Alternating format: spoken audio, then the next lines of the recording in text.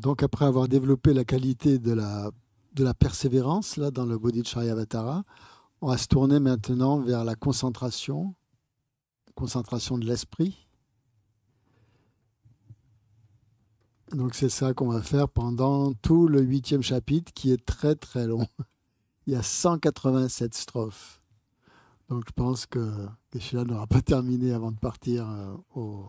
Voilà, 187 strophes.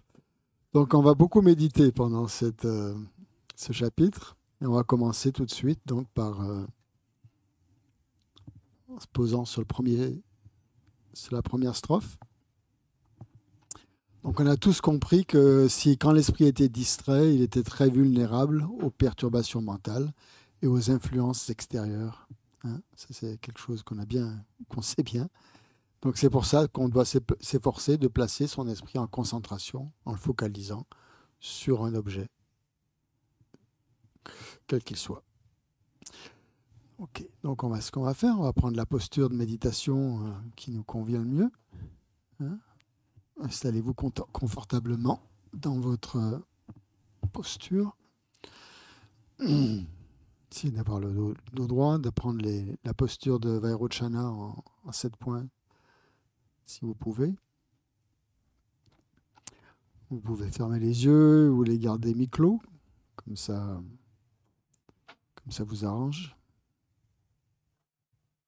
Je pense que c'est mieux d'avoir les yeux mi-clos, parce que ça permet d'être plus vigilant, plus attentif. Alors que s'ils sont fermés, on a tendance à un peu à divaguer, à vagabonder. Commencez aussi par prendre quelques respirations profondes pour mieux intérioriser, pour mieux être capable de suivre la respiration. Concentrez-vous donc quelques instants sur le souffle.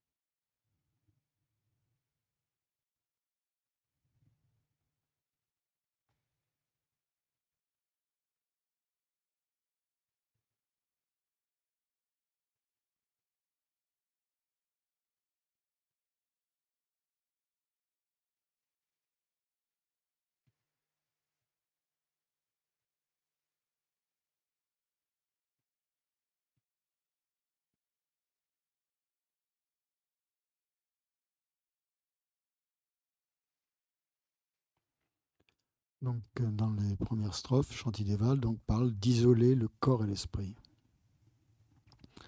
Donc ça peut nous paraître difficile pour nous d'isoler le corps, de partir en montagne, dans un ermitage quelque part, et puis de rester là, tranquille. En tout cas, physiquement, c'est pas forcément à notre portée, mais on peut toujours le faire par l'imagination. Et ça aide. Donc on va essayer de visualiser ou d'imaginer, vous voulez, que vous êtes maintenant dans un lieu paisible.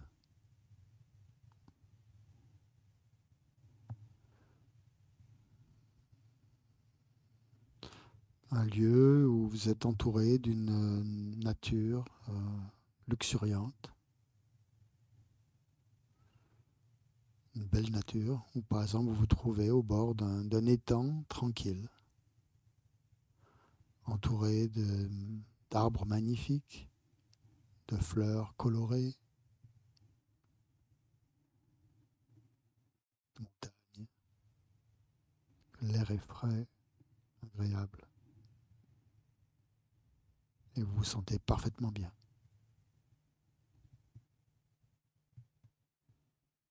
Vous n'avez ni chaud ni froid.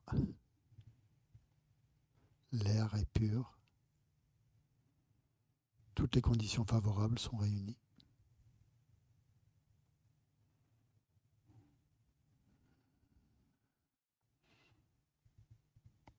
Juste à côté donc il y a un étang à côté, un petit lac avec de l'eau claire, calme, qui reflète le ciel bleu au-dessus de vous.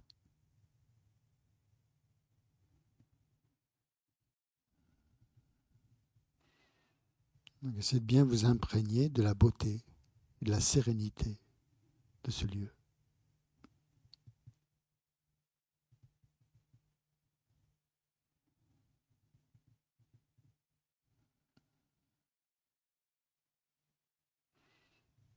Un lieu que vous connaissez ou un lieu imaginaire.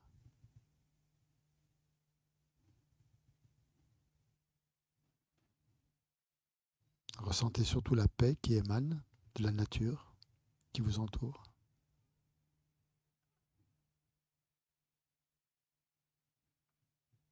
Et laissez-vous vraiment porter par cette atmosphère apaisante.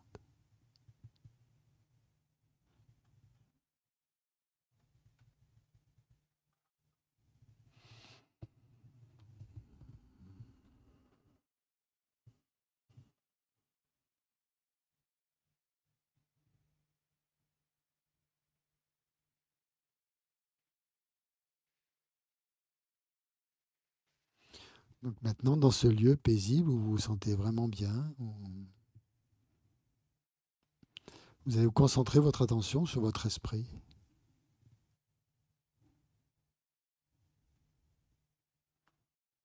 Prenez conscience de vos pensées qui peuvent être dispersées ou agitées. Et observez-les sans jugement. Observez ces pensées qui viennent et qui repartent comme des nuages dans le ciel.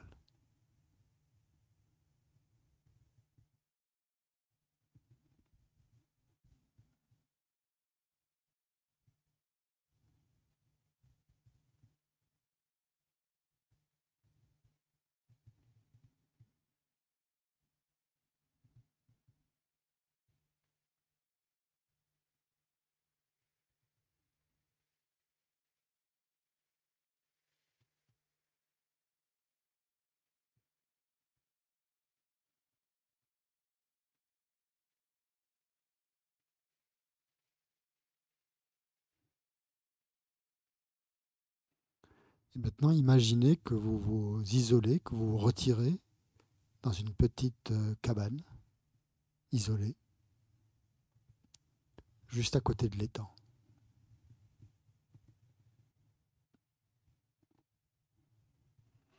Cette cabane est un espace de solitude où vous pouvez vous détacher complètement des distractions du monde extérieur.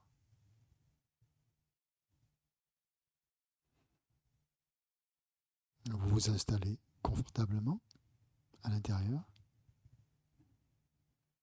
Vous vous sentez en sécurité et en paix.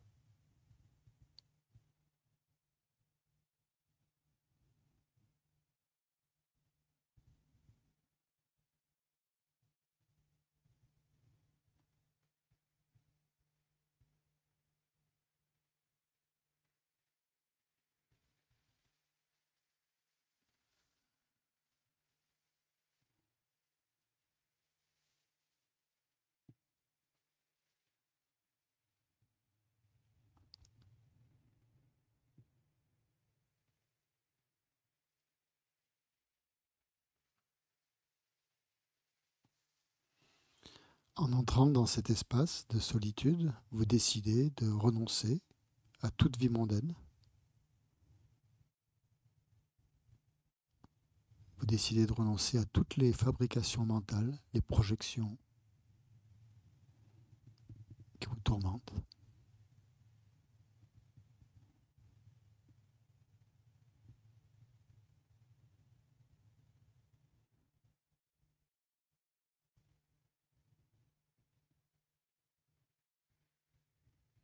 Vous vous sentez libre, libéré des chaînes qui vous retenaient.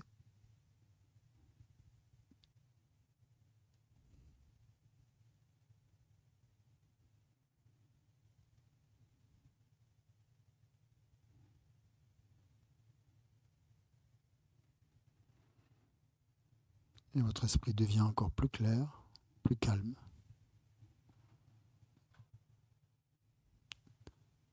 Et plus concentré.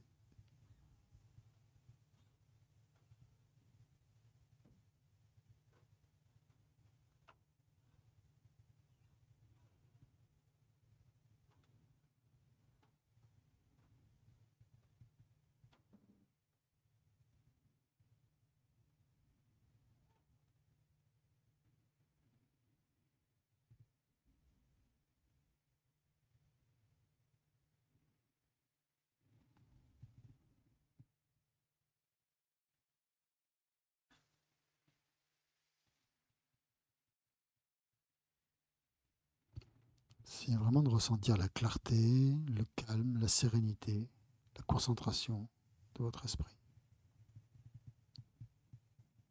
Quand plus rien ne le perturbe, quand rien ne l'agite, aucune préoccupation.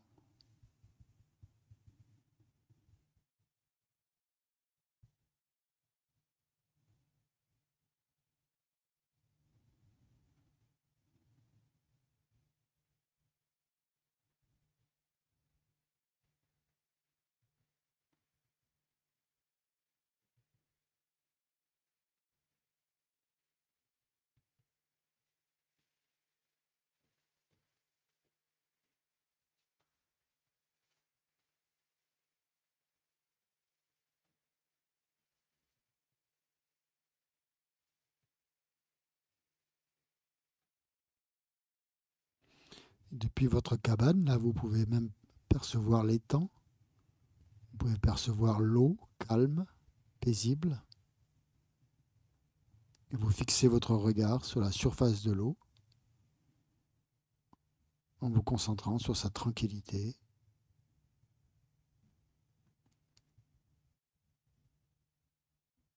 Vous laissez vos pensées s'apaiser et vous vous abandonnez à l'instant présent.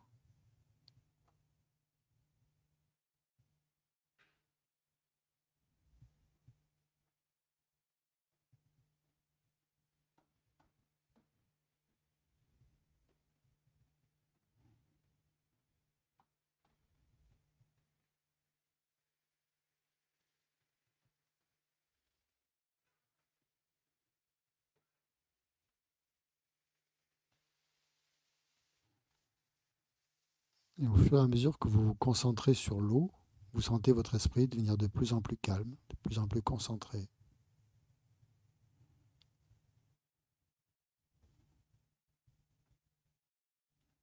Les perturbations, les distractions se dissipent et laissent place à une paix profonde, à une clarté intérieure.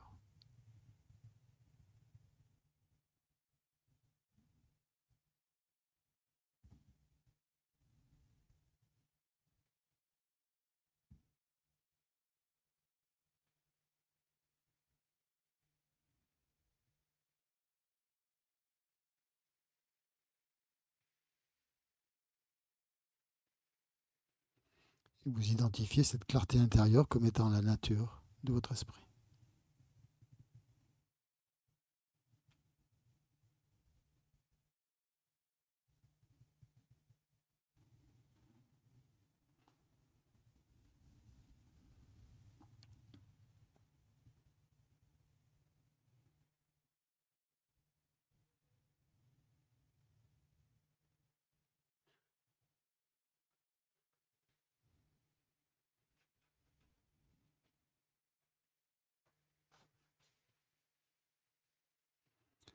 Ressentez cette paix, cette clarté qui émane de votre être.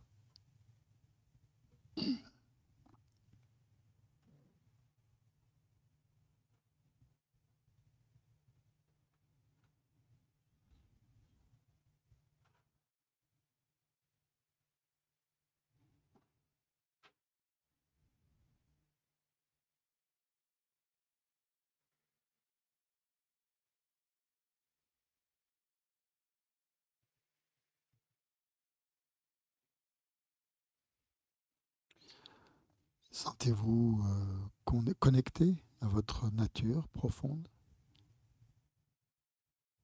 votre véritable nature.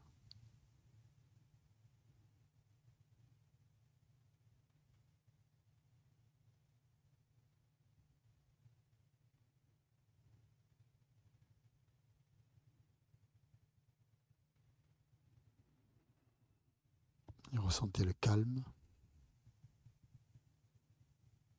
la quiétude,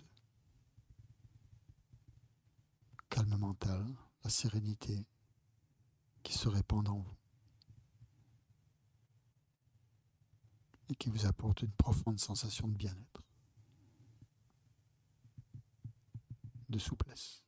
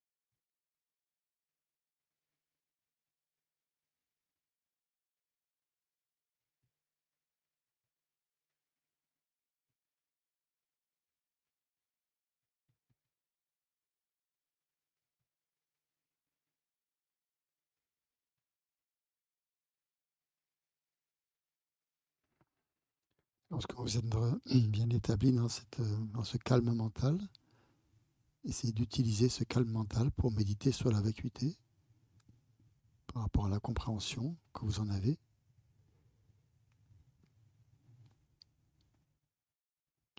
Vous amenez votre esprit à méditer sur sur l'interdépendance, par exemple.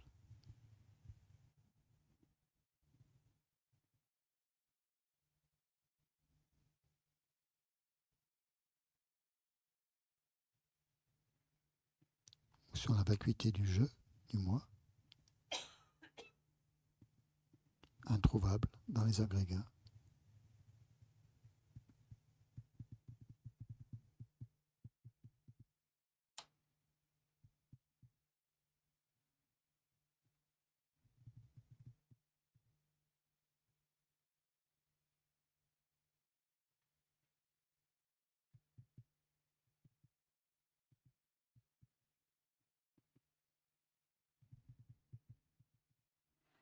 Alors, Sentez que cette vacuité est la nature de tous les phénomènes.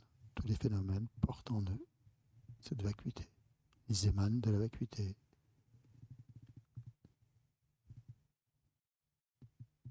Ils sont vides de toute existence propre, de leur propre côté.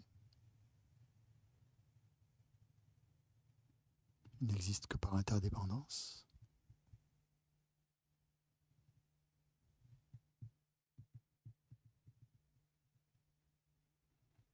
Il n'y a pas un atome d'existence en soi qui soit trouvable quand on analyse.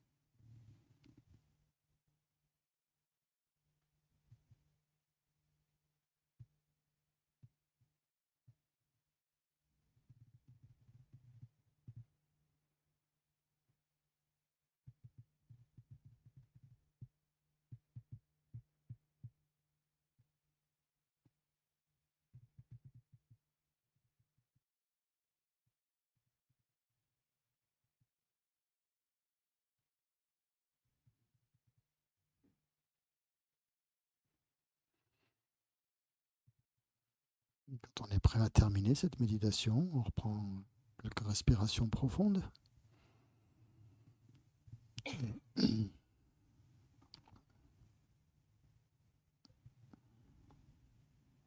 Et on ouvre doucement les yeux, si on les avait fermés, ou on les ouvre plus grand. Et on reprend conscience du lieu dans lequel on est, l'environnement dans lequel on se trouve. Et on dédie cette énergie positive de cette pratique pour le bien de tous les êtres, pour notre atteinte de l'éveil.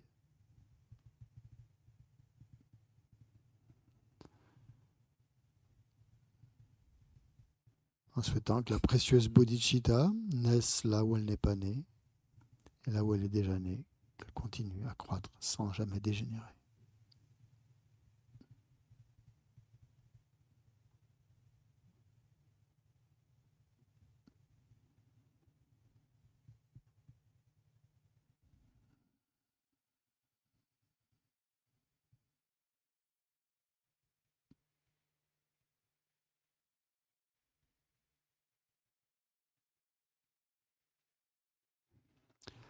Voilà, merci beaucoup.